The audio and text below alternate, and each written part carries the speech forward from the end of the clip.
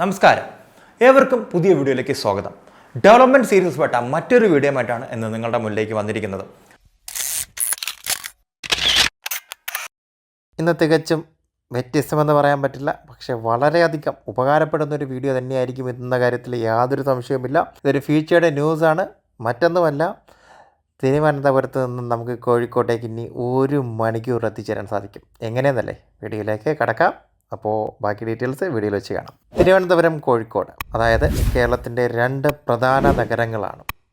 ഇവ തമ്മിൽ നമുക്ക് വളരെയധികം different types of modes of transport ഉണ്ടെങ്കിലും ഒത്തിരി സമയമെടുക്കും. അതിപ്പം ട്രെയിനാണെങ്കിലും അതിനി റോഡാണെങ്കിലും ഒത്തിരി സമയമെടുക്കും. അപ്പോൾ നമ്മൾ വന്ദേ ഭാരതി പോകണമെങ്കിൽ കുറച്ചുകൂടെ പെട്ടെന്ന് എത്താനൊക്കെ സാധിക്കും.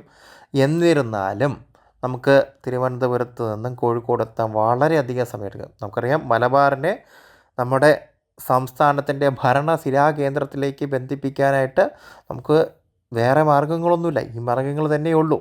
പക്ഷേ അതിനൊരു മാറ്റം വരികയാണ്. ആ മാറ്റം എന്ന് പറയുന്നത് നമുക്ക് വെറും 1 മണിക്കൂർ കൊണ്ട് കോഴിക്കോടേക്ക് എത്താം. ഇതെങ്ങനെയാണെന്നല്ലേ, കൂടുതൽ ഞാൻ സസ്പെൻസ് ഒന്നും ഇടുന്നില്ല. ഇപ്പോൾ തന്നെ നിങ്ങൾക്ക് പലരും ചിലപ്പോൾ ചില വാർത്തകളൊക്കെ കണ്ടിട്ടുണ്ടാവും എങ്ങനെയാണെന്ന്. ഇത് മറ്റൊന്നുമല്ല, എയർ ഇന്ത്യ എക്സ്പ്രസ് ഇപ്പോൾ ആഴ്ചയിൽ 3 സർവീസ് തുടങ്ങാനായിട്ട് ആണ് ഇപ്പോൾ പ്ലാൻ ചെയ്തിരിക്കുന്നത്. തിങ്കൾ, വ്യാഴം, ശനി ദിവസങ്ങളിലായിരിക്കും ഈ സർവീസ് ഉണ്ടാവുക.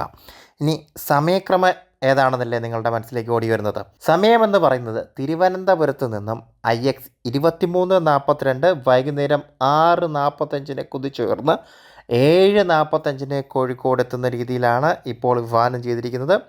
അതുമാത്രമല്ല, തിരിച്ച് IX 23:41 വരുന്നത്. കോഴിക്കോട് നിന്നും രാത്രി 8 മണിക്ക് പുറപ്പെട്ട് 9:05 കൂടിയിട്ട് തിരുവനന്തപുരം അന്താരാഷ്ട്ര വിമാനത്താവളത്തിൽ തിരിച്ചെത്തുന്ന രീതിയിലാണ്. വളരെ മികച്ചൊരു സർവീസാണ്. നമുക്കറിയാം, ഇതിൻ്റെ ടൈമിങ്സ് വളരെ സൂപ്പർബായിട്ടുള്ള ടൈമിങ്സ് ആണ്.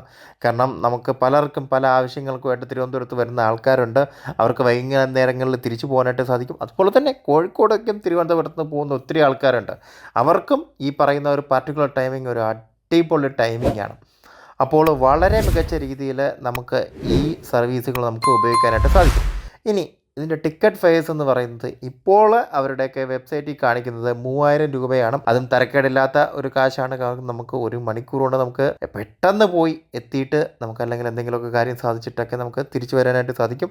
ഇപ്പോൾ ഇത് ആഴ്ചയിൽ 3 ദിവസമാണ്. ഇപ്പോൾ ലാഭകരമാണെങ്കിൽ അത് ഭാവിയിൽ എല്ലാ ദിവസവും നമുക്ക് ആ സർവീസ് പ്രതീക്ഷിക്കാവുന്നതുമാണ്. പക്ഷേ ലാഭകരമാവണം കേട്ടോ. ഇനി മറ്റൊരു സംഗതി എന്ന് പറയുന്നത് എന്ന് മുതലാണെന്നല്ലേ നിങ്ങളുടെ മനസ്സിലേക്ക് വരുന്ന മറ്റൊരു ചോദ്യം.